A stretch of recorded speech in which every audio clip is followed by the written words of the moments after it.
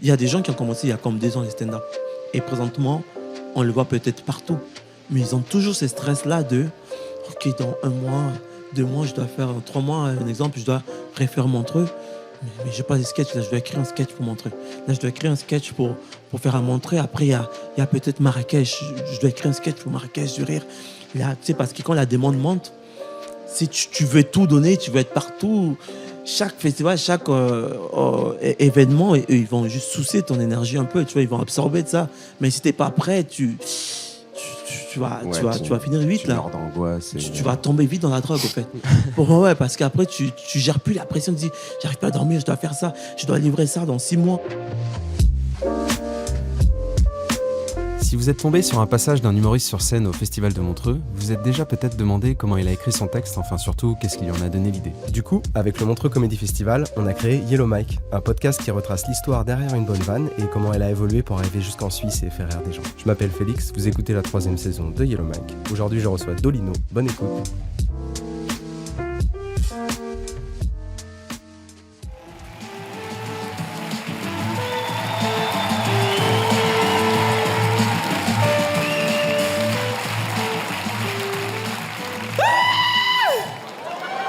Est-ce que vous allez bien? Ouais, je viens de Montréal, Canada. Surprise, c'est un noir. Il n'y a pas que Christophe Colomb qui a découvert l'Amérique, hein? On se connaît parce qu'on s'était vu à Montréal, où Ouais. tu avais fait un passage dans le festival d'Esclames sur les voyages. Ouais, Là, tu viens à Montreux pour la première fois, du coup, sur cette scène. ouais. Et il y a un truc que tu fais quand tu rentres sur scène qui me fait rire, c'est tu cries. Dans le... Je sais pas comment tu l'as senti hier, parce que il y avait une grande applause et t'es arrivé un Ouais. peu tôt. Mhm. Et t'étais un peu en stand-by avant de crier. Ouais, ça applaudissait encore. J'ai comme, ok, là, ils coupent mon timing, là. Ils sont pas prêts. Ouais, c'est exactement. Quand j'ai commencé au tout début, je criais pas, c'est comme salut, ça va. À un moment donné, je sais pas pourquoi, j'étais content. Puis j'ai commencé le spectacle, je disais, hey, hey, hey.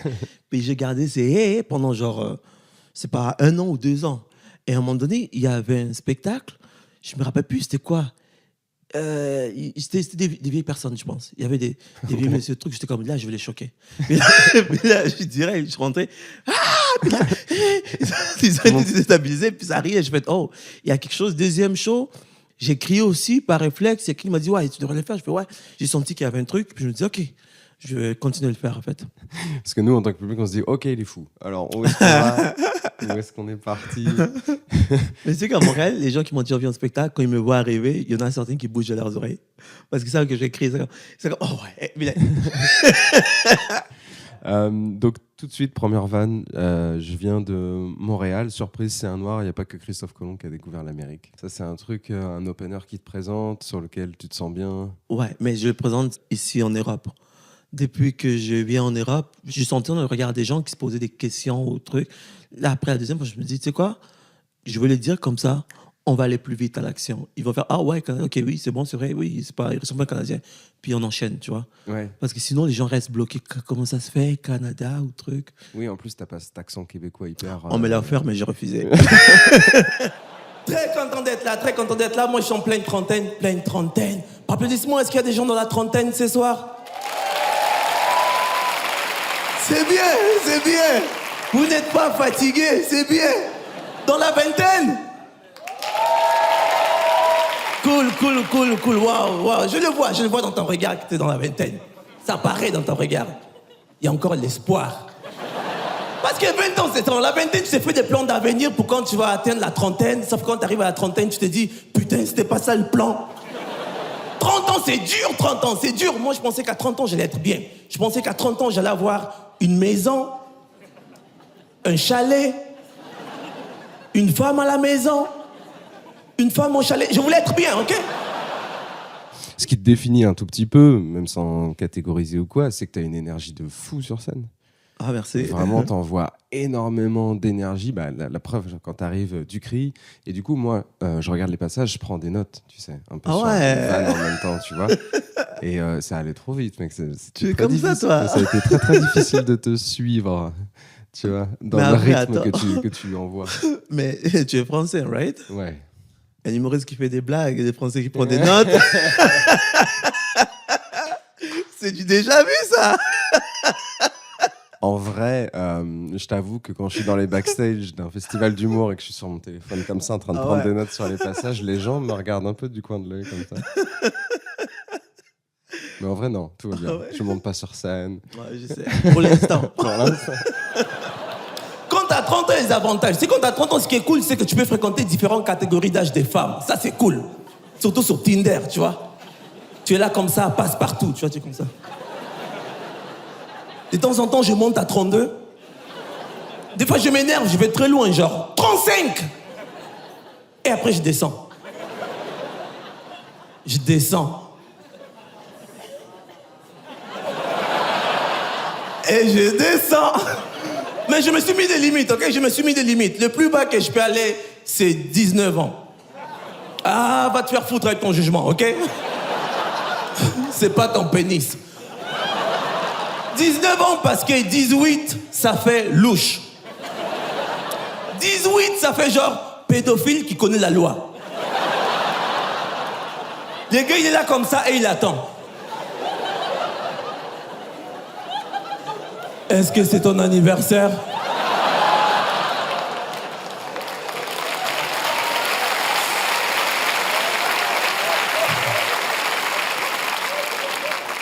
Non, je reviendrai. Quand t'as 30 ans, l'âge légal, c'est 18. Mais est-ce que tu as vraiment à 18? Après, je me dis, non, mais frérot, ça...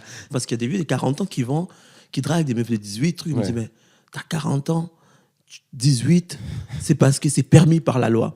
S'il n'y avait pas une loi, c'est sûr que t'aurais des... Tu vois, après, je me dis, c'est un peu le qu'on la loi, le truc. Ça venait de là, en fait. C'est venu comme ça. T'as pas trouvé un pote à toi qui est sorti avec une meuf de 18 ans et tu l'as chambré Non, mais en fait, plus que tu vieillis, quand tu arrives à conquérir des meufs plus jeunes, pour toi, c'est un exploit. J'ai cette impression-là, en fait. Puis les meufs, c'est pareil. Hein. Plus qu'elle est vieille, il y a comme une compétition qui est constante. Il y a comme un truc, genre des meufs de 40 ans, s'il arrive à choper un gars dans la vingtaine, elle va se la raconter un peu parce qu'elle dit, écoute, je compétitionne avec des gars, avec des meufs plus frais que moi, puis c'est moi qui l'a choisi, tu vois. C'est moi, tu vois. Elles sont pas supérieures à la femme de 20 ans, mais supérieures à ses amis dans la quarantaine qui doivent se taper des vieux de 50 ans. C'est dur, mais pour être heureux à la trentaine, généralement, on essaye de se garder en forme. Tu sais, t'essaies de te sentir en forme. Et la meilleure technique pour te sentir en forme, c'est traîner avec des gens plus vieux que toi, ok? Fais pas l'erreur de traîner avec les bâtards dans la vingtaine, là. Oui, il nous manque constamment de respect. Moi, j'ai un de mes amis l'autre fois, ok? On est sortis vendredi. Samedi, il me rappelle. Mais va te faire foutre! Avec quelle énergie, merde! Parce que eux, quand ils sortent comme ça s'arrêtent pas jusqu'à la fermeture des bars. Non, quand les bars ferment, ils ont des afters. Pour aller mourir là-bas, after des afters, jusqu'à ce qu'ils voient le soleil. Moi, à mon âge, ok, si je vois le lever du soleil, pour moi, c'est un échec. Je suis là comme ça, oh merde, c'est le soleil. Oh non, je vais encore perdre une journée.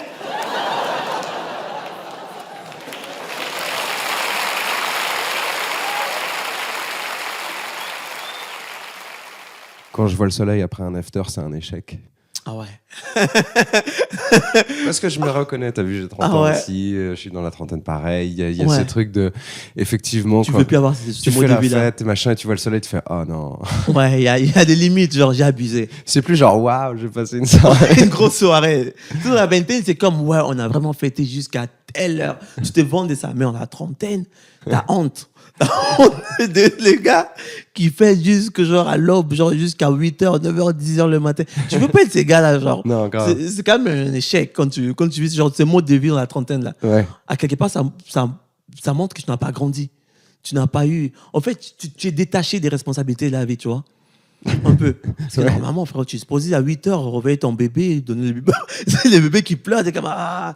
Puis toi, à 8h, tu rentres à la maison. En fait, quand tu vois pas le soleil après un after, c'est que t'as pas de responsabilité dans ta vie. Exact. Quand tu vois. Non, pardon. Non, quand tu vois le soleil. Quand tu vois le soleil après, et que ça te fait rien, ça veut dire que t'as pas de responsabilité. Pas de responsabilité. C'est vrai que tourner. Même ouais. 30 ans, man. 30 ans encore célibataire, man. Ça, c'est dur, ça. C'est dur, mentalement. C'est dur, c'est célibataire. Est-ce qu'il y a des couples par applaudissement ce soir? Oh Ok, calmez-vous, bravo. Les célibataires? Pourquoi vous criez? Je suis pas là pour vous aider, hein. Mais être en couple, c'est bien. Rester en couple, mais c'est bien d'être en couple. C'est facile d'être en couple, mais c'est dur de rester en couple, right? C'est très dur parce qu'on est une société de surconsommation. Tu sais, il y a Tinder, Instagram, la voisine. C'est compliqué, tu vois. C'est chaud d'être en couple, man. Mais t'as tendance à vouloir justement pas laisser respirer trop le public, quoi. Ouais, ils commencent à rigoler et ils ont pas le temps de... Je vais les tuer. Ouais. C'est toujours le champ lexical de la guerre. Dans le stand-up, il se passe quoi avec vous là? Je vais les manger, je vais les tuer. Il faut les détruire. Parce que sinon, écoute, quelqu'un d'autre va le faire. C'est pas toi, quelqu'un d'autre va le faire. C'est vraiment ça, en fait. Tu sais pas, on est tous des collègues, tous, mais sur scène, sur le plateau, dès qu'on est micro, on est seul sur scène, il y a ce côté-là que tu te dis, bon, je dois me démarquer parce que tu sais que des fois, si tu sais, quand je vais pas tomber dans les trucs stéréotypes, mais quand tu es noir, tu dois toujours en faire plus. Tu peux pas être moyen. Je peux pas me permettre d'être moyen ou d'être, je sais pas, surtout en plus quand j'ai dû beaucoup payer à mes frais, je peux pas me permettre d'être moyen. Tu le ressens, ça? Ouais, je sens que souvent j'ai dû me surpasser pour avoir les crédits que quelqu'un de moyen avait. Tu vois ce que je veux dire? Ok. Et je me suis conditionné à ça, je me suis habitué à ça et ça va. Quand j'ai commencé, c'était très dur. Souvent, tu vas voir quelqu'un qui a moins bien marché que toi, avoir plus d'opportunités que toi, mais c'est pas une méritocratie, tu vois. Je m'arrête pas à dire, ouais, lui, pourquoi lui? Non, je me pose pas de questions, je me dis, ok, c'est lui, parfait, c'est son destin. Moi, mon moment va venir. En attendant, je bosse, je tourne les salles, je dois défoncer la salle pour que ça soit vraiment, pour qu'il n'y ait pas de doute, pour que ce soit vraiment, ouais, il est marrant, il m'a tué, tu vois. Mais il y a des gens qui savent gérer ça. Il y a des gars comme ça qui savent gérer. Il y a des gars qui savent protéger le couple, genre qui savent alimenter ça, qui donnent des fleurs. Il y a des gars romantiques comme ça qui donnent des fleurs. Waouh! Bravo les gars. Il faut continuer.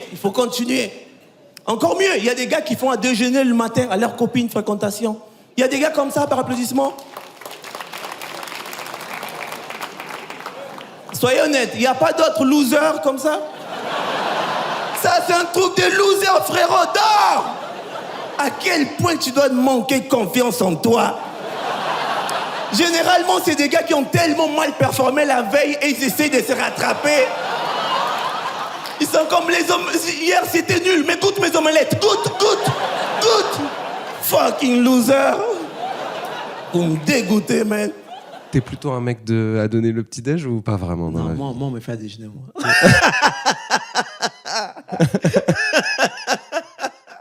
Horrible. Ok, bah comme ça, vous êtes prévenus. Pas de... non, moi, ça dépend. Je suis pas bon en cuisine. Je suis pas très bon. Je vais récompenser ailleurs. Ça, c'est une discussion que tu as eue avec des gens. Hein. C'est un truc où tu sais que ça existe et ça te fait marrer. Non. Ça, en fait, ça existe. Je sais que ça existe. Et souvent, tu sais, les gars qui font toujours trop, c'est toujours pour pallier quelque chose, une faiblesse, tu vois. Ouais. Toujours. Généralement, quand ça va. T'es pas obligé d'en faire trop. Si, mais quand tu merdes un peu, tu te dis, ok, là, il faut que je me rattrape, là. Tranquille, tu mets ton alarme. Je fais putain, elle va se barrer. En fait, je pense même pas que tu mets ton alarme. Peut-être tu te réveilles à 7h. Ouais. Comme un flash. Elle va se barrer. Elle est encore là. Il faut que je la garde. Moi, avant, j'ai essayé d'être en couple. J'étais sur Tinder avant. J'ai quitté Tinder parce que je me suis fait kidnapper. Ouais. C'était compliqué, ok? Avec la fille, ça se passait bien. Elle était toxique. J'aurais dû me rendre compte dès le départ. Elle était très toxique. Je me rappelle, au moment donné, au début, on se voyait avant, quand je rencontre la première fois, elle me dit non, Dolina, entre nous, ça va pas marcher parce que tu es balance. Une femme vraiment toxique, tu vois? Vraiment toxique. Et là, un jour, elle me dit, ouais, tu fais quoi ce soir? Je dis comme, je sais pas, j'ai un spectacle. Elle me dit, après ton spectacle, viens chez moi, me donner un bisou. Je dis comme, quoi? Un bisou? Ok. J'ai été chez elle, rendue là, elle voulait plus qu'un bisou. Et compte tenu que je suis généreux, quand je parle du kidnapping, il y a du vrai. C'est une vraie histoire. C'est qu'une meuf, je me rappelle, j'avais un spectacle, elle me dit, viens chez moi, un truc. J'étais comme, ok, let's go, plutôt. J'étais chez elle, et du coup, on a fait ce qu'on avait à faire. Ouais. Et Je me dis, bon, je rentre chez moi et je vais faire mes appels, je vais faire tout ce que j'ai à faire, tu vois. Je vais parler avec des gens en Europe ou en Afrique, avec mon manager aussi qui est là. Des fois, on va faire des points sur différents trucs. Fait qu'on parle beaucoup. Je parle beaucoup souvent au téléphone, certains trucs. Et là, du coup, quand je voulais rentrer chez moi, elle me dit, ouais, mais t'inquiète, tu peux parler au salon.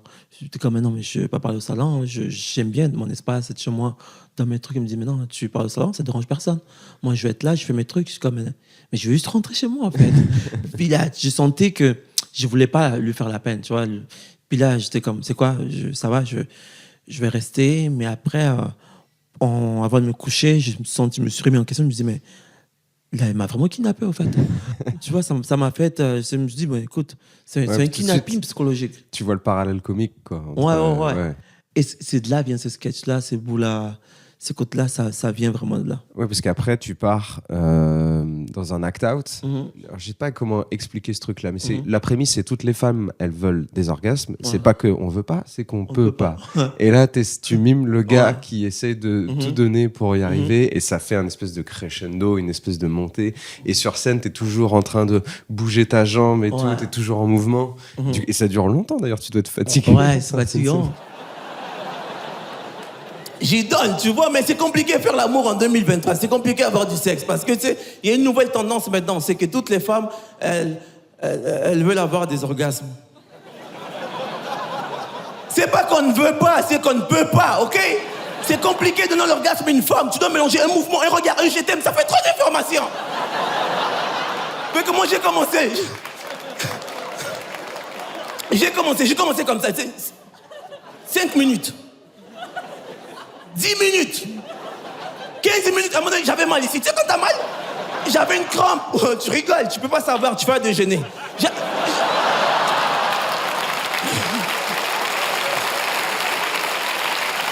J'avais une crampe ici, et là, elle me regarde. Puis une femme, quand elle veut voir son orgasme, elle s'en fout de tout. La maison peut prendre feu, elle a rien à foutre, ok?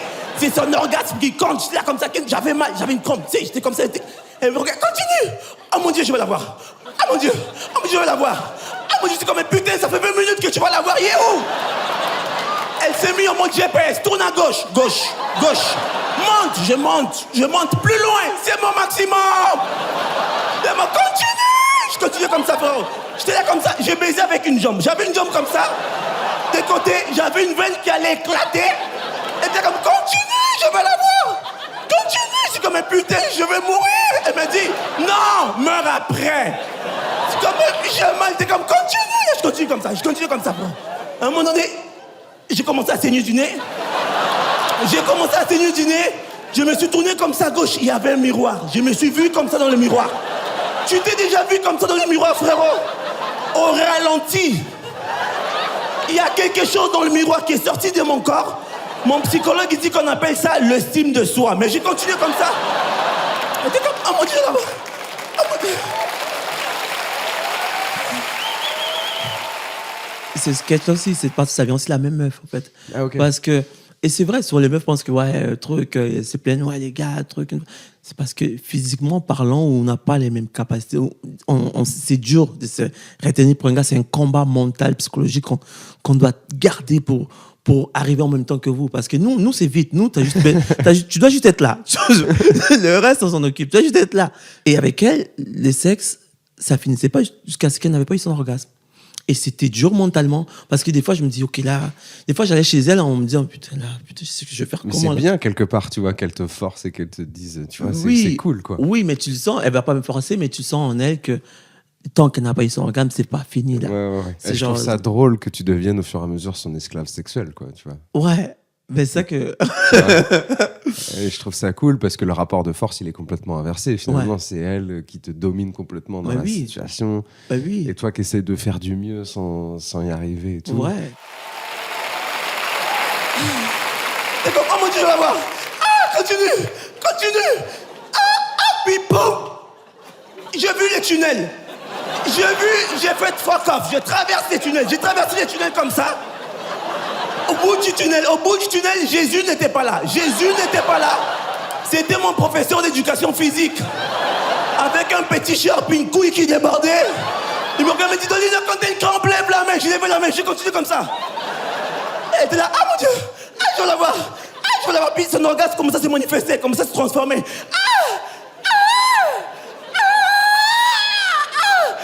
Elle commence à faire comme Drake.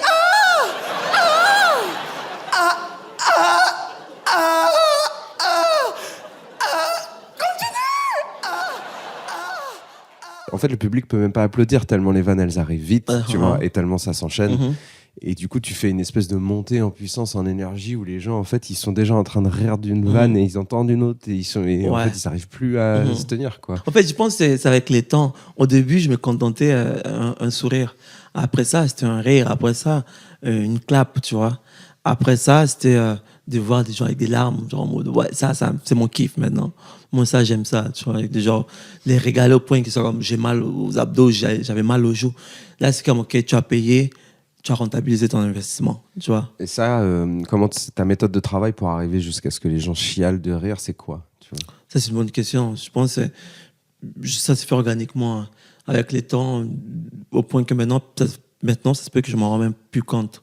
Mais j'ai un mécanisme de travail qui s'applique, que ça donne souvent ce résultat-là. Je sais, tu sais, il y a des trucs que tu sens, tu fais comme ça va être bon, ça peut être bon, mais tu pourras pas dire pourquoi c'est pas bon ça. Ouais. Exact, tu pourrais pas. Comme une mélodie, quoi. Ouais, si je te dis ouais, parce que ça serait te mentir. Je vais avec le cœur, je vais avec mon feeling, l'instinct. Des fois, je me dis, ok, let's go, ça va être ça, ça, ça. Mais de dire comme ça, je pourrais pas le dire. Mais après, quand tu testes le truc, parce que tu commences ce mime de l'acte et tout, tu sais à peu près où tu vas. Mais les premières fois que tu le joues, je pense qu'il n'y a pas autant de vannes, tu vois. La première fois, non. La première fois, c'était juste, là, il y avait la prémisse, l'idée, 1, 2, 3 blagues. C'était ça. Après ça, avec le temps, je vais être sur scène, il y a des idées, et puis ça va vite. Tu sens le public qui Sur commence le public, à prendre le exact. truc, et toi, tu vas et là, moi, je me rajouter, relâche aussi. Là, c'est parti. Souvent, après, je fais comme, oh là, j'ai dit ça, c'était drôle. Puis là, je rajoute. Et après, je rajoute un autre truc. Puis après, je fais OK, là. Après, là, je me dis, OK, mais si je rajoute les trucs du déjeuner que j'avais depuis longtemps, juste comme, ouais, il y a ça. Ouais, pour faire et le callback. un truc, ouais. Et à la fin, là, j'ai quelque chose. Puis c'est comme ça, tu vois, là, il y a comme des formules, une structure qui se fait pour avoir un résultat voulu, quoi.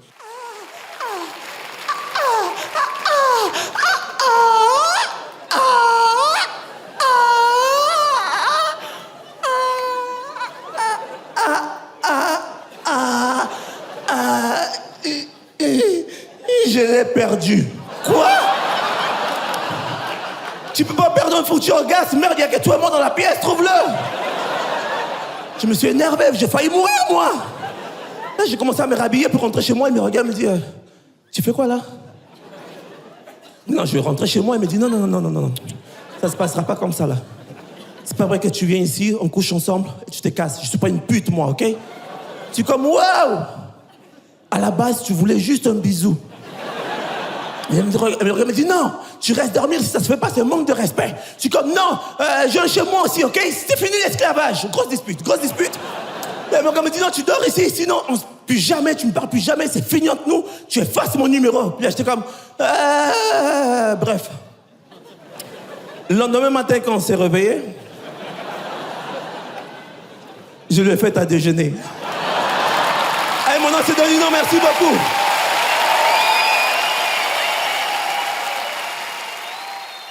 Ces moments-là, tu le vis, tu le savoures quand même. Tu restes sur scène, tu le vois.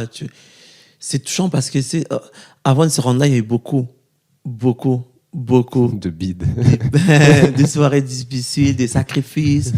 Parce que vous êtes en famille, il y a une fête, tu fais comme non, je peux pas aller fêter avec vous, je dois aller bider là-bas. Parce que ça fait partie du business, tu vois, du métier. Ouais. Tu dois le faire, mais tu fais comme, et après, tu vis des trucs. Des fois, une relation, c'est compliqué parce que tu es tout le temps en déplacement. Des fois, des amis, ils font des trucs que tu peux pas parce que tu dois aller faire des blagues ou des open mic ou un truc. Et là, des fois, tu vas et ça se passe pas forcément comme tu aurais voulu que ça se passe. Ouais. Et mais tu sacrifies un truc, ça fait beaucoup de choses. Mais quand tu vis ce moment-là, tu te dis, ouais, ça a valu la peine. Genre, ça a valu la peine. Ils sont bien amusés, ils ont vu le travail. Et c'est touchant. Mais quand c'est un plateau comme ça, c'est montreux, tu veux tout donner. Tu ne vas pas là pour faire un acte de présence, tu vois. Pas comme moi, je l'ai fait. Non, moi, je viens là pour vraiment montrer de quoi c'est dont je suis capable de faire. Et c'est une porte, c'est une vitrine. Tu en profites pour te vendre au maximum. Et la meilleure manière de te vendre, c'est en faisant rire le plus possible, que les gens voient de quoi tu es capable. Parce que c'est un métier que c'est pas une méritocratie, comme je dis souvent, c'est pas une méritocratie. C'est pas toujours même moi inclus, les meilleurs que tu vas voir à la télé ou dans des gros galas, c'est des gens qui ont été bien timés au bon moment, que tu vas voir là. Il y a des humoristes encore plus drôles que ceux qui étaient là hier ou avant-hier, mais qu'on n'a pas encore eu la chance de découvrir. Il y a un truc qui me fait rire, c'est que du coup, t'es passé donc à Montréal, au Festival Exclam, donc, qui est dans le même groupe que Montreux Comedy Festival. Et dans ce passage, en fait, dans ce festival, enfin dans ce gala, il devait y avoir un humoriste africain, je me rappelle plus de sa nationalité. Congolais en plus. Congolais, qui devait venir et qui en fait n'a jamais eu son visa à temps, ce qui fait qu'ils ont cherché quelqu'un d'autre pour le remplacer. Et comme c'était un gala qui devait avoir plein de nationalités différentes et que t'es congolais aussi, ils t'ont appelé pour le remplacer et tout. Et t'as tué la salle. Ah, thanks. Et ils t'ont invité à Montreux. Ouais. Donc on est quand même sur un délire où, parce qu'il y a un visa qui Ouais. n'a pas été donné, Je surfe sur la malchance de quelqu'un. tu te retrouves en Suisse. Ouais. Méritant, de ouf, parce que trop bien, mec. Les passages étaient trop bien. Et ton passage aussi hier au gala dans le Montreux Comedy Festival avec Alex Kominek était trop bien aussi. Mais Merci. c'est rigolo quand même, ce truc. Ouais. Et en plus, t'en parles sur scène à Montréal. Ouais.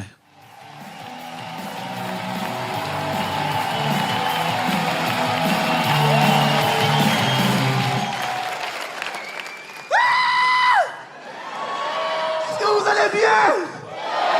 Oh, très content d'être ici, je suis très content. En même temps, je suis un peu triste. Parce qu'à la base, je remplace un humoriste congolais qui n'a pas pu avoir son visa. Et la production s'est dit, quoi de mieux que remplacer un noir par un autre noir? Pour vrai, ça me fait la peine parce que même temps, moi je suis venu ici, j'ai même pas dû prendre l'avion, je suis venu ici à pied. Tu réalises? Ce qui est très bien pour l'environnement, ok? Moi, je suis content, je suis tellement content. C'est fou quand même parce que je me dis, putain, mon côté africain est très très déçu, a de la peine. Parce que les deux Africains n'ont pas eu leur visa. Les deux seuls Africains. L'ambassade du Canada, soyez un peu plus discret, ok? Ils n'ont pas pu avoir le visa, ça me fait mal. Mon côté africain qui parle. Mais mon côté capitaliste et opportuniste. Et on m'a dit, yo, s'il y a des gens de l'ambassade du Canada, levez la main, je vous paye des shooters. C'est grâce à vous que je suis ici, ok? Oui, oui. Oh, ils sont là. Non. Non, mais c'est vrai, parce que je me dis, putain, c'est grâce à eux que je suis là. Je vais avoir un fucking chèque. Si je vais avoir un chèque, ils font bien leur job. Pas question de laisser d'autres noirs venir ici voler ma job. Qu'ils aillent se faire foutre, ok? En fait, ça m'a fait de la peine, comme je disais sur scène, ça m'a fait de la peine parce que c'est un Congolais, il s'appelle Juste Parfait, l'humoriste. Mais la situation, c'était juste parfait pour moi. Ça m'a fait beaucoup de peine parce que, tu sais, quand tu es humoriste, tu es en Afrique, que c'est ton métier, que tu commences à voyager à l'étranger, aller au Canada, c'est un gros pas pour toi. C'est un gros step. Et le fait de manquer ça, ça fait mal parce que, tu sais, généralement, quand tu es humoriste, tu vis un peu le jour, tu te fais des projets, tu es un peu dans l'abstrait. C'est jamais des choses très, très concrètes, tu vois. Et lui, sûrement, il s'est fait des plans avec... en se disant, mais là, je vais aller à Montreux, je vais avoir un certain revenu, un cachet qui va rentrer. Il s'est fait des plans, c'est sûr, comme on fait tout le monde. Sauf que là, tu n'as pas eu de visa parce qu'ils ne te l'ont pas donné. Et c'était juste les deux Africains qui n'avaient pas eu de visa. C'est ça qui était un peu bizarre, tu vois, c'était un peu triste. Ouais, Pourquoi juste les Africains?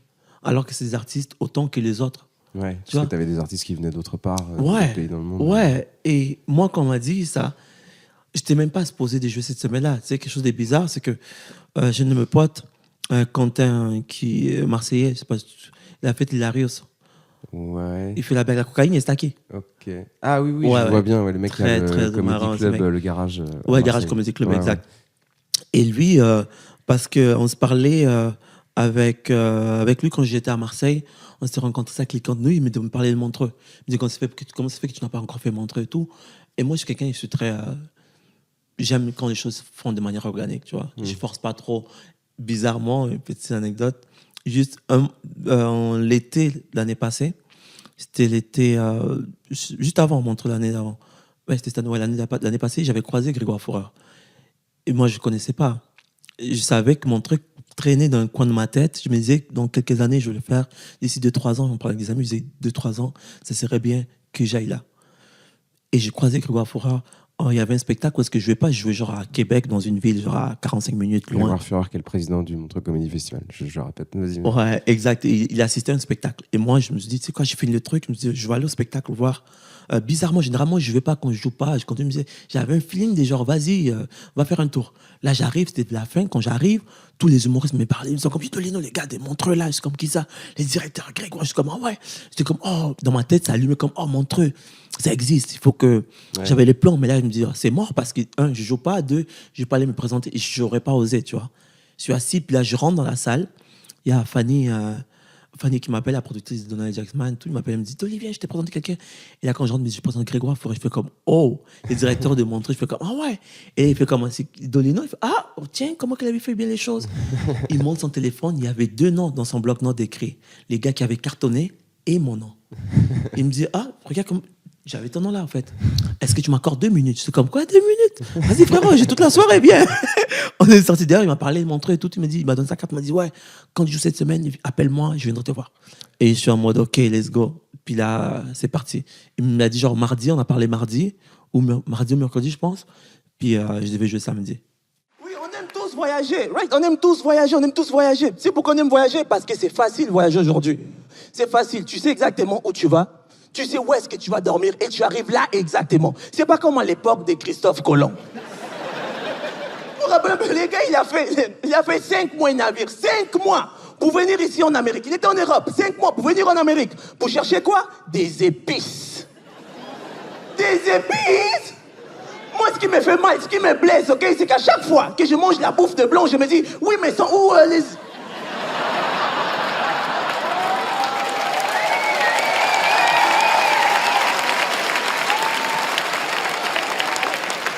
les épices, merde! Donc pour vous, c'est comme si Christophe Colomb n'a jamais existé. Moi, la première fois que j'ai mangé chez un blanc, je suis tombé en dépression 2 mois. Ils m'ont fait du poulet, ok? J'ai vu le poulet, c'était assaisonné pour les blancs. Il y avait du sel, c'était assaisonné pour les blancs, ok? Je suis pas végétarien. J'ai goûté la cuisse de poulet en question comme ça. Non, l'animal a souffert. J'ai eu des opportunités, des choses que j'aurais pu faire autrement, qui auraient pu me faire avancer ma carrière encore plus vite. Mais des fois, ça rencontre mes valeurs, je ne vais pas le faire. Je me dis non, ça va, je peux attendre. C'est pas un sprint, c'est un marathon. Ouais, c'est ça, c'est vrai que c'est un vrai truc parce que les gens, les nouveaux, on a l'impression qu'ils viennent d'arriver, alors qu'en fait, ils ont 10 ans, 15 ans de travail derrière eux. Et justement, en général, les plus forts, c'est ceux qui sont découverts plus tard, parce que dès qu'ils sont découverts, ils ont déjà beaucoup de travail, beaucoup de matériel. Et du coup, ils peuvent envoyer vraiment du lourd longtemps, quoi. Ce qui est plutôt, c'est pas d'arriver, c'est vraiment de rester, tu vois. Ouais. Et quand selon la stratégie que tu vas avoir, que tu vas mettre en place, il faut juste être malin.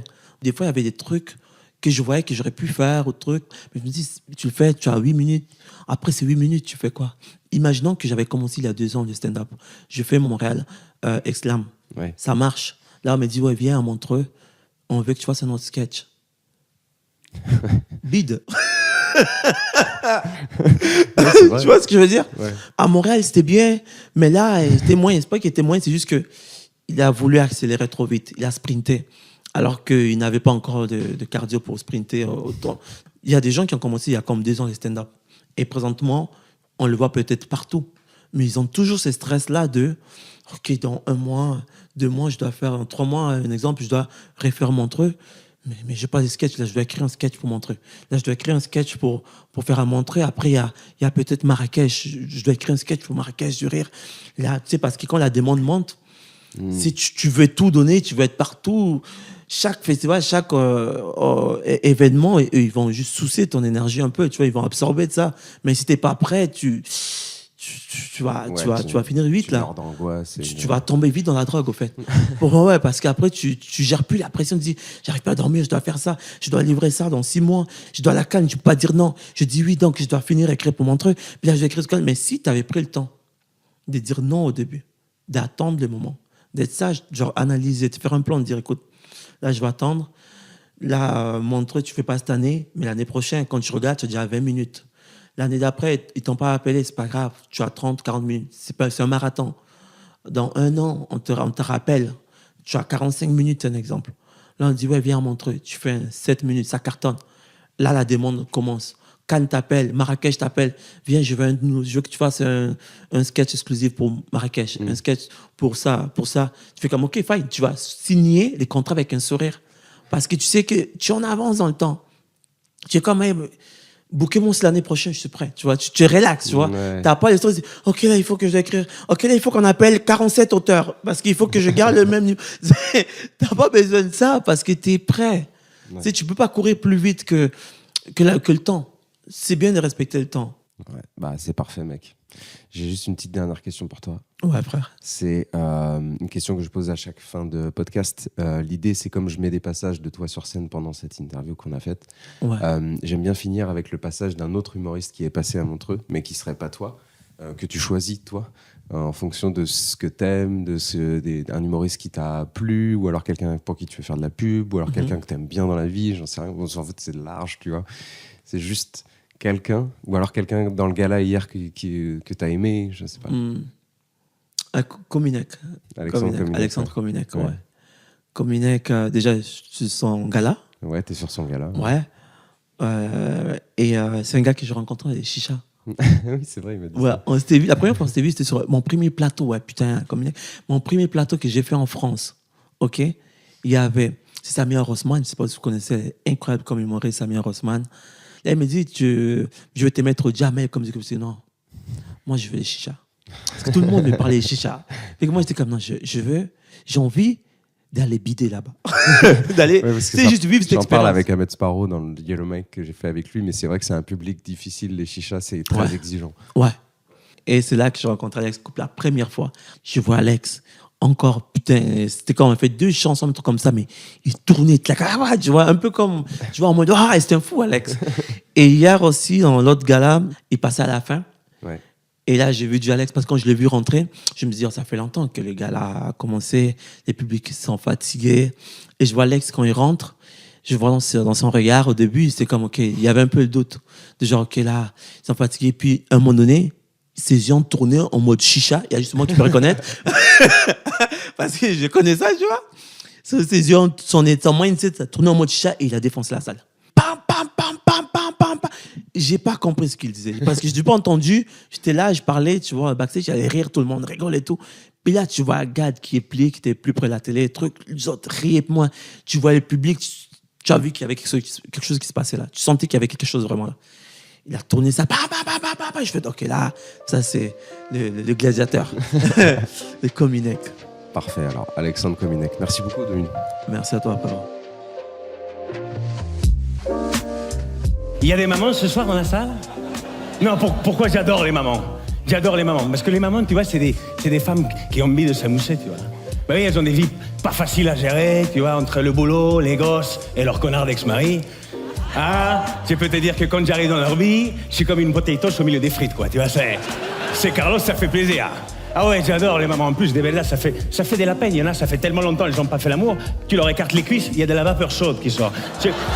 Comme une lave-vaisselle, Voilà. Ou un dragon qui éternue, tu sais pas ce que c'est, mais...